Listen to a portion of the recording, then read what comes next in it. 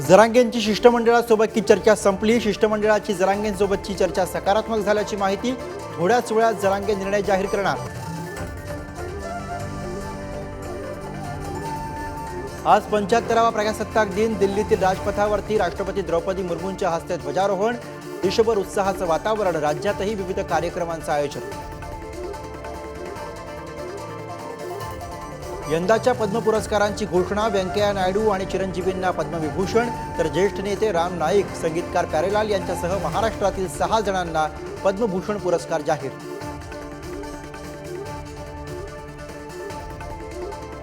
अमित शहा 2 दिवस नाशिक दौऱ्यावर। उद्या नाशिकमध्ये होणाऱ्या सहकार परिषदेला राहणार उपस्थित।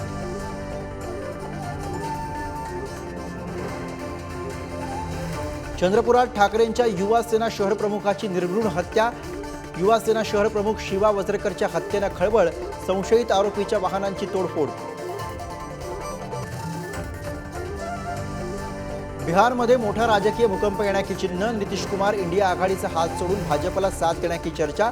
नितीश आणि भाजप एकत्र सत्ता स्थापन करण्याची शक्यता। पुण्यात लवकरच नवी महानगरपालिका होणार। पुणे पिंपरी चिंचवड पाठोपाठ 3ऱ्या महापालिकेची स्थापना। विभागीय आयुक्तांकडून मागवला अहवाल।